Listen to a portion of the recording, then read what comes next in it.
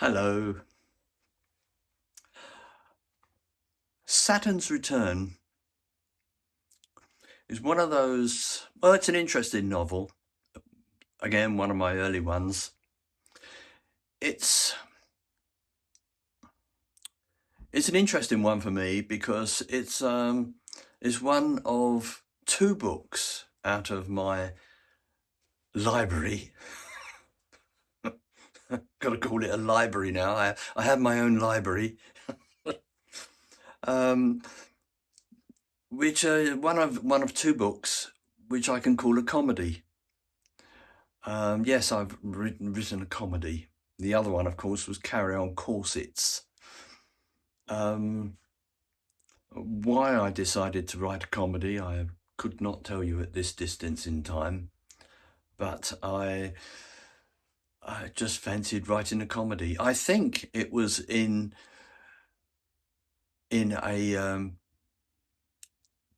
I didn't explain this before, but I wrote Executrix, which is already on here. And I wrote X just as a means of explanation. I didn't say this in my little introduction to Executrix, but I began to get a few emails at the time, and people were saying things like, "Why is there no sex or violence in your novels?" And I thought, yeah, that's true. I don't do sex, and I don't do violence. And after a while, I thought, yeah, okay. Yeah, there is no sex and there is no violence. You want sex? You want violence? Okay, I'll give you sex. I'll give you violence. So I wrote Executrix. And of course, I'm rather ashamed of it now. And you want dark stuff? Well, there is dark stuff. In actual fact, there is dark stuff.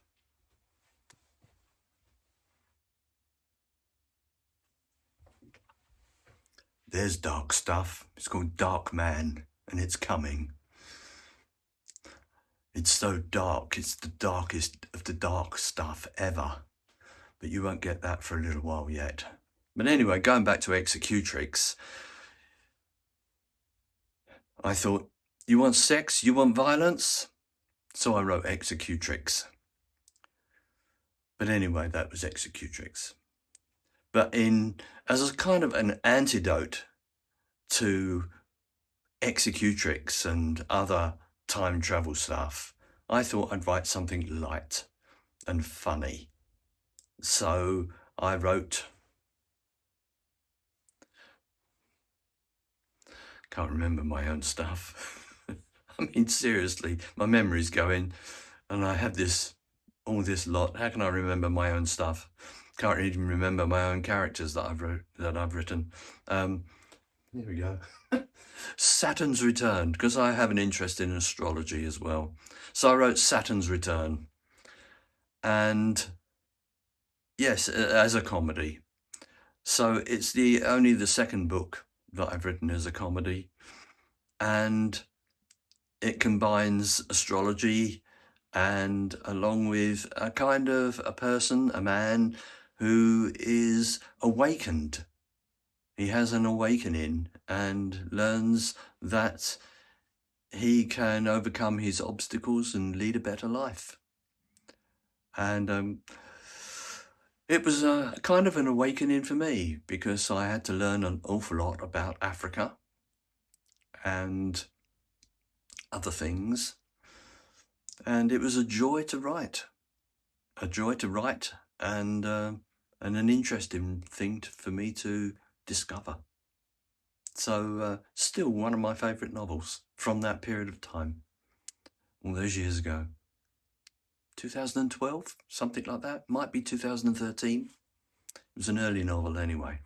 I'm waffling. Here we go. Welcome, everyone, to the Deep Dive.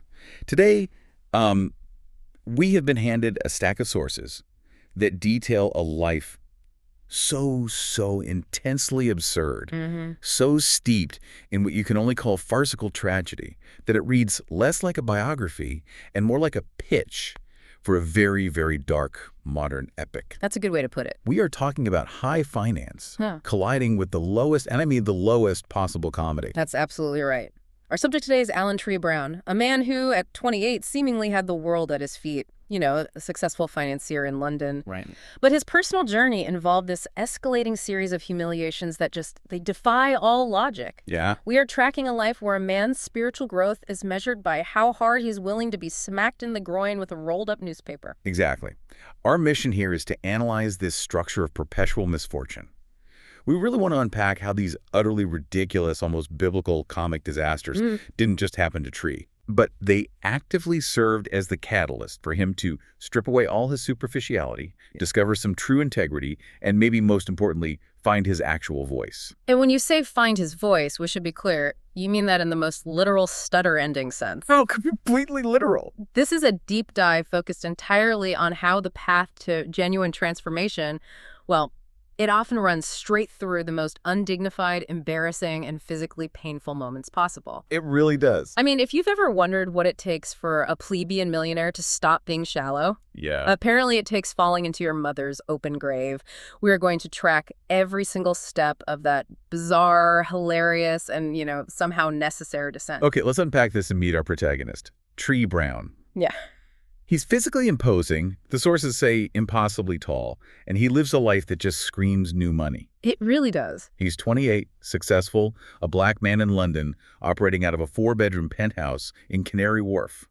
We're talking about pure, unadulterated ostentation. Right down to the private plunge pool and the decking area overlooking the London skyline. It's the whole package. The whole thing. And the sources, they waste no time at all in defining him socially.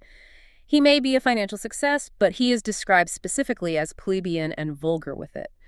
His wealth isn't about taste, or sophistication. It's purely quantitative. So it's just about the numbers. Exactly. Yeah. When he looks out at the glass towers of Canary Wharf, he isn't reflecting on architecture or urban planning. No. He's inspired solely by the seemingly bottomless pit of cash that made it all possible. Wow. He is a walking monument to disposable income, and I think the best evidence of this is the fact that he's just lounging nude. Right? Wearing only his $400 designer glasses. Which is such a brilliant specific detail, isn't it? The most expensive thing on his body is a piece of plastic perched on his nose, while the rest of him is just exposed to the elements, metaphorically and literally. And that exposure immediately leads to his inciting incident. It does. Enter Maria, his stunning, huge, busted, but utterly caustic live-in partner lounging nearby in a bikini. Maria is Tree's equal in materialism, but his superior in cruelty. The tranquility of this expensive scene lasts for, approximately 10 seconds? Not even, I think. Tree, mid-sip of a soft drink, spills sugary Coke right onto his groin. A minor domestic accident, really. But one that immediately triggers the external forces of chaos. And the complication, the thing that turns this from just a sticky accident into a full-blown medical emergency, is just magnificent in its specificity. It really is. An angry wasp, drawn to the dried, sugary residue, lands and begins to crawl until it delivers a searing sting. And not just anywhere. No. Right on the glands of his penis. Ooh. This is not just an injury. This is the most sensitive place on his highly successful body being assaulted by the smallest, angriest force of nature. It's poetic justice in miniature. And what elevates this to true farce is Maria's non-reaction. Totally. Tree is instantly plunged into unendurable pain. He's screaming, thrashing. And Maria? She is only annoyed that he's woken her up. She immediately snaps, "What the fuck's wrong now?" She doesn't ask if he's okay. She asks what he's done to interrupt her relaxation. Yeah. And when he manages to stammer out what happened, her reaction is pure dismissal and immediate verbal abuse. She even brings up their recent bedroom inadequacy. Of course she does. She retorts, "Stallion. More like a limp pony, I mean." She uses his pain as a direct weapon against his masculinity. It's brutal. This sets the contractual obligation for the rest of the book, Tree's suffering will always be amplified by the people who are supposed to care for him. But the physical remedy she chooses, that's the real punchline. Oh, the broadsheet. We have to talk about the broadsheet. We do. She decides to use violence to remove the wasp or the stinger. She grabs the remains of his Sunday newspaper, which the source goes to great pains to describe as the considerably thick broadsheet, the Guardian not unknown for its weight. So this is not a flimsy tabloid. This is a solid, roll of dense intellectual paper. And she uses it as a blunt instrument. The sources say she wickedly and half deliberately slapped him hard in the groin. Half deliberately. That's the part that gets me. It's so evil and so funny. Exactly. Was she trying to help? Maybe a little. Was she trying to hurt him for ruining her afternoon? Absolutely. The payoff, the physical comedy zenith, is Tree falling sideways, screaming, right into the shallow plunge pool. This whole sequence is just vital. It is. Tree is surrounded by millions of dollars worth of London property, a safe, sterile bubble, and yet he is defeated by three things. A drop of Coca-Cola, an angry wasp, and a heavy rolled-up newspaper. Yeah. His wealth, his status, his physical size, none of it can shield him from the random, violent absurdities of life. This is the foundation of Tree's entire arc. He believes he is a master of the universe because of his bank balance. And the universe says, hold my beer. The universe immediately introduces a tiny flying insect and a heavy dose of domestic cruelty to prove that he is, in fact, merely a punchline. He is now injured, humiliated, and facing a medical emergency, all within the span of about 5 minutes on his expensive decking. So the Canary Wharf bubble is popped. Tree has a very specific medical issue, a reddish swelling on the glands, bulbous and purple, which, necessitates a trip to the doctor. And this is where the humiliation just deepens. It becomes psychologically targeted. It really does. He walks into the clinic, and who is the doctor assigned to him? None other than Dr. Buena Matthew. Ugh. His former school crush, described in agonizing detail as achingly, ball-breakingly pretty. Can you imagine the horror? You're already at your physical low point, dealing with an injury you can't even describe without blushing. And the person examining you is the object of your 13-year-old obsession. It's a nightmare. And she doesn't treat him with sterile professionalism, does she? She adds this whole other layer of social trauma. Oh, yeah. She pulls out a huge magnifying glass to examine the injury, which Tree finds symbolically insulting. She's literally blowing up his private shame for closer inspection. And she uses this opportunity to relive his past traumas. She weaponizes her memory of him. She recalls an embarrassing incident from school where he held up the entire school bus because he thought there was a wasp's nest. I remember this bit. And she corrects him with this, condescending smile, saying, "It was just 2 bugs and you shouted the place down." So his lifelong phobia, the very thing that led to his current injury, is now being mocked by his old crush while she holds a magnifying glass over the evidence. The sources just nail the emotional texture of this moment. It's perfect. And the physical procedure is the final insult. She yanks the stinger out with tweezers, and instead of a neutral medical comment, she delivers the ultimate condescension. Good boy. Good boy. Tree leaves that office physically fixed but psychologically annihilated, realizing his crush is this authoritative figure who views him as a pathetic, overgrown child afraid of insects. Right, but while Tree is dealing with these, physical and romantic setbacks, the foundations of his professional life are simultaneously being dismantled. Thanks to his company accountant and close friend, Jim. Jim represents the absolute antithesis of Tree's supposedly hard-nosed business world. He's the financial professional who operates entirely on pure psychic intervention. Yeah. He uses a pendulum, which he whirls over the pages of the Times newspaper to divine investment decisions based on dreams and visions. It's insane. We have a financier operating a multi-million-pound business using a dowsing rod over the financial pages. The irony is just so rich. Tree, the hard, bullish businessman, he reluctantly deals with Jim because Jim is good at something, But he snaps. When does he snap? He snaps when Jim suggests holding a piece of land, the Sutherland land, based on a vision. Of course. Tree is a materialist to the core. He can't fathom delaying a guaranteed cash injection for a mystic hunch. Exactly. This conflict between Tree's shallow materialism and Jim's illogical, superstitious success is it's crucial, and it becomes this great running joke. And if the hospital visit wasn't enough public humiliation, Maria ensures the wasp injury is public knowledge. Oh, yeah. Having texted everybody about the weenie incident. So Tree, still functioning in a daze, he allows Jim to give him a haircut. A terrible idea. He wants to shave a logo into the side of his head. He wants Nike. But Jim, unfortunately, is severely dyslexic. Oh, no. The result, shorn into the back of Tree's dark hair, is the word daikati. And Tree, in his typical state of profound self-absorption, he just remains completely oblivious.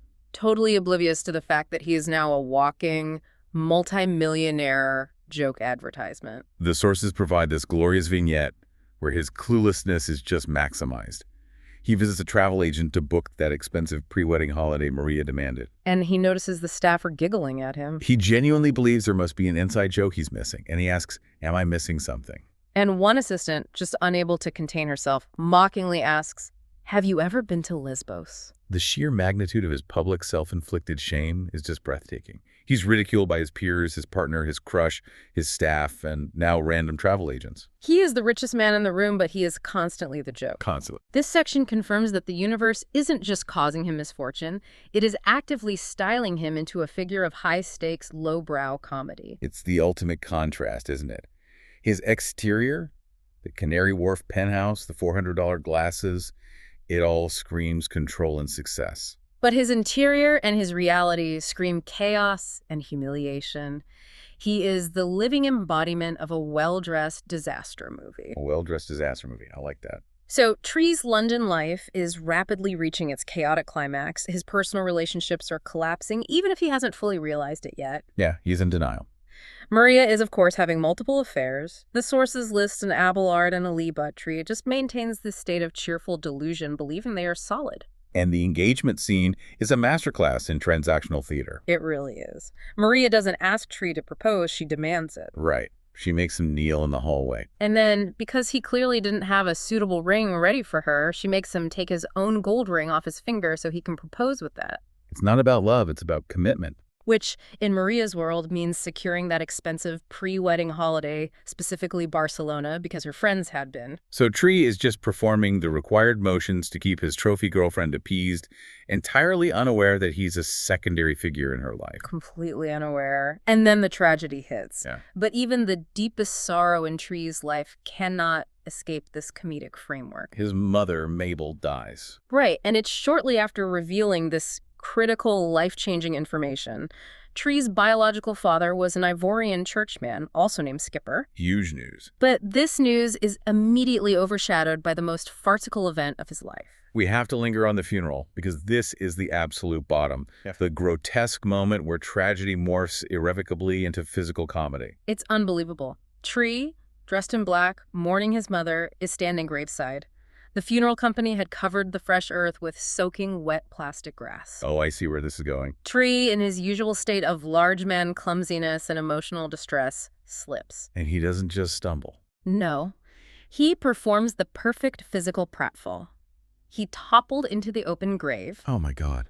It's an agonizing, slow-motion catastrophe where he hits his head violently on the casket, the one holding his mother, knocking himself unconscious. And breaking his toe. And breaking his little toe in the process, yes. The physical specifics are just vital. He falls into the ground, hitting the physical symbol of his grief, rendering him literally unconscious right next to his mother's body. And the attempt to retrieve him is equally absurd. He's a large man. It takes 6 strong men to haul him out. And what do they use? The same dark, soft strips of rope used to lower the coffin. He is literally being winched out of the earth using the equipment reserved for the dead. His sister, Pearl, she sums up the lasting impression perfectly. She notes that this is one funeral people won't forget in a hurry. I'll bet. And Maria's reaction, it just confirms her utter moral bankruptcy. While Tree's being lifted, injured, and unconscious from the ground, Maria giggles and takes a phone call instead of helping. Unbelievable. Her lack of empathy is this constant, steady force in Tree's comedic downfall. This incident is the breaking point. The combined trauma, mother's death, infidelity, broken toe, concussion, public spectacle, it sends him into a spiral. Heavily medicated and thoroughly drunk after the wake, Tree decides to drive. And this leads to his drunken arrest, which is, ironically, the moment of his greatest personal breakthrough. Right. He gets pulled over by the police, but because he is so inebriated and his BMW is so low-seated, he's physically trapped. He can't get out. The scene becomes this confrontation between Tree, the physical representation of collapsed wealth and intoxication, and the authority figures. And he finds this situation so utterly ridiculous that he begins chortling openly at the police officers. Declaring, "I'm stuck and now I'm fucked." He's charged with everything from drunk driving to dangerous driving. He is now a total social pariah and a criminal. But here is the profound psychological pivot that the sources demand we analyze. This is the moment. In this moment of total physical incapacity, deep trauma, An utter, undignified collapse, stuck, drunk, laughing uncontrollably at the police. Tree's lifelong debilitating stutter had completely disappeared. Wait, let's pause on that. Why that moment? I mean, he's faced medical crises, romantic betrayals, massive financial stress. Yeah. He was dealing with a stutter that hours of conscious, intentional therapy could never resolve. And yet, the sheer sudden joy of realizing how completely screwed he was, how low he had fallen, somehow broke the mental block. I think it suggests that the stutter, which is a fear of speaking, was fundamentally tied not to his vocal cords, But to his self-consciousness. exactly, his deep fear of vulnerability and his terror of insects, which we know is a defining feature of his neurosis. So when he hit rock bottom, When he hit rock bottom, when he realized he was physically immobilized and criminally liable, yet found it hilarious, he achieved a state of freedom from consequence. In that split second of chaotic, undignified laughter, the psychological knot that held his voice hostage was just cut. his brain prioritized the absurdity of the moment over the fear of articulation. Precisely. The fact that he achieved his voice only when he was literally a trapped, laughing criminal awaiting charges, it confirms the core theme. That integrity and truth only come when the layers of social success and false pretense are stripped away by the most ridiculous means possible. His new life begins from a prison cell. Tree's London existence has completely imploded. He's lost his mother, his fiancée, his business is teetering, and he's facing severe legal troubles. The only thing left is that cryptic clue his mother left him.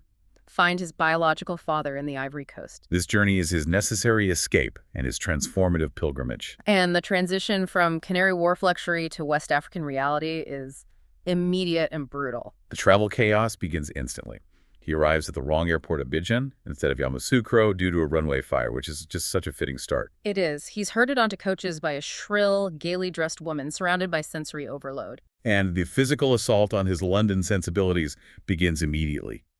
A child spills fruit juice all over his expensive suit. More importantly, the insects. His primal terror. They're everywhere. Oh, man. We're talking large, dark flies, tsetse flies, spiders, mosquitoes, and fleas, causing him to instantly itch and scratch and develop small lesions. Africa is actively attacking his phobia. He finally reaches Yamoussoukro and finds the garage owner, Skipper, the man who lives next to the church in his mother's photo. And Skipper is not his biological father, but he bears an uncanny resemblance and reveals this complicated, tragic history. He reveals that he was his father's jealous rival and that he accidentally caused his father's death on the church roof. Yeah, it's a complex mix of tragedy and deep cultural guilt. And Skipper, who is both a mechanic and a shaman, immediately recognizes Tree's constant fidgeting and paranoia about insects. As a shared curse. A sin tied to his late father's own debilitating phobia. So Skipper understands that Tree's physical suffering and his stutter are symptoms of a deep-seated spiritual and psychological wound, a fear inherited from his biological father. Exactly. To fix Tree, they need to deal with the fear itself, not just the symptoms. And this leads to the powerful ritual by Lac de Cassou Lake. Skipper performs the healing, giving Tree the juice of undoing, a powerful hallucinatory concoction that forces Tree into a dream state where his deepest fears are materialized. This is the moment where the internal conflict is made external. The dreamscape is the stage for his final confrontation. It's terrifying and grotesque. Tree sees spiders 4 feet across, monstrous, grotesque versions of his phobia. The wasps. And a pool of seething, thrashing, angry wasps. It's the maximum terror that his mind can generate. And the only path to waking up, the only path to freedom, is to defeat the source of his terror using the physical mechanism of his mouth. The very mechanism that is currently stuttering in his waking life.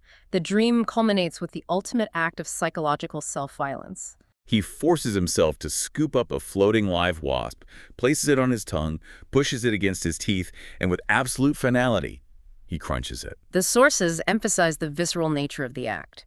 The moment that small, angry body is destroyed by Tree's own will, the entire swarm vanishes, and the dream ends. He wakes up sobbing uncontrollably, having achieved a profound symbolic catharsis. And when he speaks again, the stutter is permanently gone.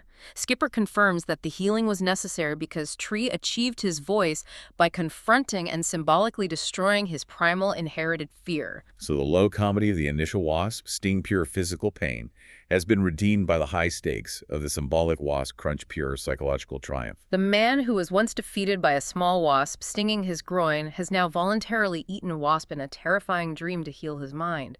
He has traded his fear for his voice. But while he's having this profound spiritual breakthrough, the real world is still serving up some harsh London realities. The first reality check is financial. Tree learns that Jim, the dyslexic psychic accountant, defied Tree's earlier order to sell the Sutherland land. He acted purely on a vision. Purely on a vision. He held the land, waited for the exact right moment, and sold it for £750,000. A massive windfall. This is a devastating structural irony.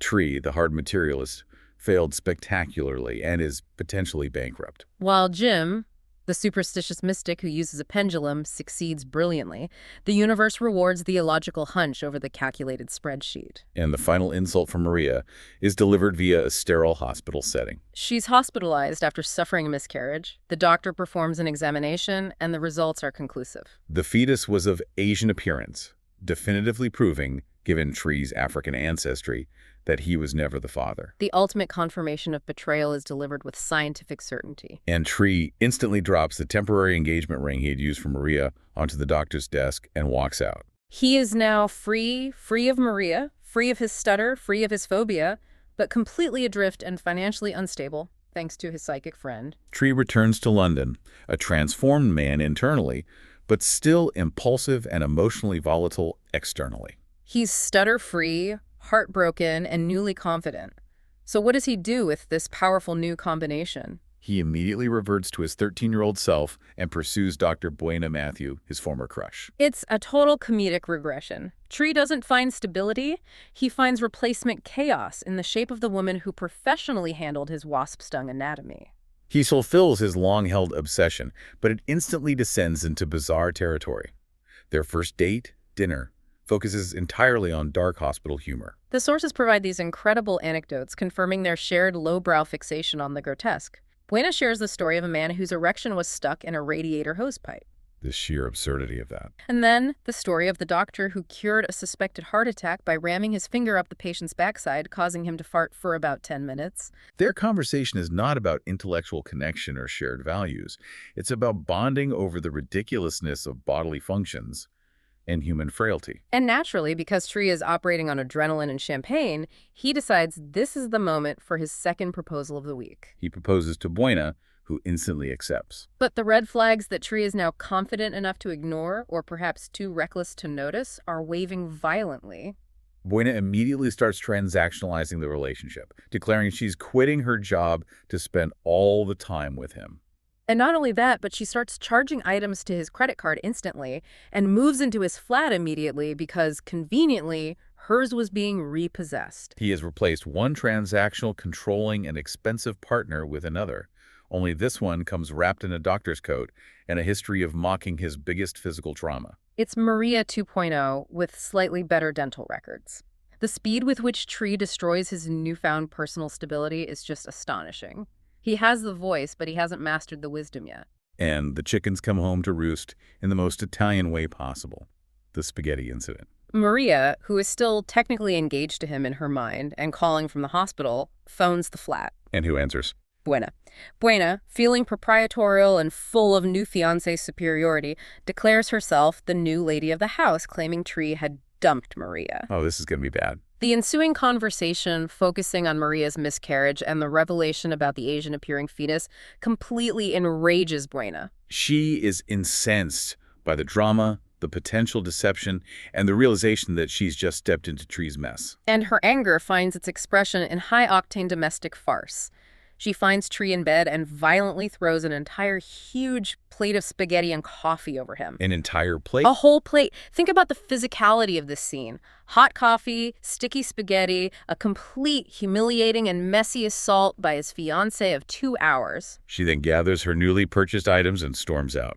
and Tree is left alone, soaked, sticky, and completely single again, having suffered 2 disastrous engagements and 1 plate of pasta in the span of 7 days. The chaos of London has thoroughly and completely expelled him. He has nothing left but his newly discovered voice. And it's in this moment of true emptiness that he finds a genuine external purpose that contrasts with his previously self-centered life. He learns about Kali. The woman he truly cares about. She was brutally assaulted and raped by her persistent ex-boyfriend, Ager, who was acquitted in court. And adding insult to injury, Ager stole Kali's mother's sacred butterfly pendant. This is the moment Tree stops worrying about his own low-stakes injuries and engages with genuine high-stakes moral outrage. And that stolen pendant is the symbolic objective. It represents the theft of dignity and cultural heritage. Tree realizes his final heroic act cannot be performed with bank accounts or legal teams. It must be performed with the tools of his newfound self-mastery. Tree has now come full circle. He is determined to enact justice for Kali, realizing the London system and the African judicial system have both failed. Right, he flies back to Ivory Coast, driven by purpose. And Skipper, Tree's shamanic mentor, is immediately pragmatic and extremely blunt. He notes Tree's confidence and, crucially, the lack of his stutter. Your mouth is still better. But he reminds Tree of the immense danger. Warning him about the savage nature of Africa and the severe risk of execution. They hang murderers there, he points out. Skipper, however, sees that Tree is ready. He realizes they can't use conventional force against Ager, a known dangerous criminal. So they have to use the one weapon that Tree has mastered. Confrontation with primal fear. Skipper devises a plan based entirely on Ager's deep-seated fear of local superstition. The showdown is set in Yamoussoukro's dangerous downtown bar, a place aptly called Murderland. Tree, Skipper, and Kali enter. Tree walks with a newly confident, if distinct, lopping walk, ready for conflict. And Ager, aggressive and cocky, immediately attacks Tree. He slashes Tree with a knife, drawing blood from his cheek. But Tree is no longer the man who screamed over a wasp sting. He deliberately smears his own blood onto his hand. He is consciously entering the ritualistic space of combat. He's using his own trauma as armor. And here is the comic, terrifying climax that brings the entire narrative to its head. Tree, the man defined by his lifelong phobia of insects, the man who ate a wasp in a dream, pulls out his weapon. A large, dead, yellow and black striped spider, described as being the width of a cup from Skipper's pocket. He holds it up to Ager. The effect is total and immediate. Ager, the rapist, the murderer who fears no knife, is paralyzed by superstitious terror. He screams and collapses to the floor, entering a hypnotic state of fear. Skipper's plan, based entirely on Ager's belief system and Tree's mastery over his own insect phobia, is just a brilliant stroke of absurd local genius. Tree, now the hunter, delivers the final, most grotesque stroke of justice. He smashes the spider, the massive cup-width symbol of his former weakness, to a mush. And he smears the gooey remains onto Ager's terrified, paralyzed face. It's the ultimate act of undignified justice. It is not clean, it's not legal or pleasant, but it is effective. The crowd is silent, mesmerized by this stranger from afar who has used their own superstitions against their criminal element. Ager meekly returns the butterfly pendant. Tree has achieved justice where all systems, legal, social, and professional, had failed. He used low comedy to defeat genuine malice. The mission is complete, and the personal resolution is immediate. Tree and Kali share a powerful kiss, confirming their union. And Tree uses his now perfectly fluent voice, his greatest trophy from Africa, to place the sacred butterfly pendant back over her head. He is no longer a man defined by his stutter or his fear. He is a man defined by his purpose and his voice. But we cannot end without the final, crucial note of low comedy back in London, ensuring the absurdity follows Tree even in his absence. You can't. The sources confirm that Maria and Buena, Tree's 2 failed fiancés, both of whom he betrayed or who betrayed him in the most dramatic fashion possible. they meet twice at the frozen meat section in Tesco. You're kidding? They recognize a kindred betrayed spirit. They bond over Tree's chaotic legacy and decide to become roommates. So the 2 agents of Tree's financial and emotional downfall are now sharing a flat, having bonded over the selection of frozen poultry. It's a perfect, final, absurd twist on the collateral damage of Tree's transformation. And that, is the journey of Alan Tree Brown. A descent from a plebeian millionaire paralyzed by a wasp, through a literal fall into a grave, a psychic accountant's victory, and a shower of spaghetti, to finally finding his voice and enacting frontier justice with a dead spider. We've seen that true heroism and personal growth in this narrative are only possible when the protagonist is willing to embrace and ultimately master the most undignified forms of physical and situational comedy. Yeah. His life only found clarity when the superficial trappings of wealth and those toxic relationships were violently stripped away. Tree's journey proves that sometimes you have to fall into your mother's grave, get assaulted with pasta, and intentionally eat a bug in a dream to finally stand up straight. And the biggest, most profound psychological breakthrough of his life, the loss of his stutter, was directly tied to conquering his deep-seated, ridiculous fear of insects. So the sources really compel us to ask, What deep-seated, perhaps utterly ridiculous fear do you need to metaphorically crush? What symbolic spider do you need to smash onto the face of your personal demons in order to unlock your own untapped potential? it's a great question. Think about the small things that hold you back. Perhaps the solution is to meet that ridiculous terror with an equally ridiculous, final, triumphant confrontation. I think that's a perfect place to leave it. Until the next deep dive, be well, and maybe check the freezer section at your local supermarket. Yeah. You never know who you might bump into.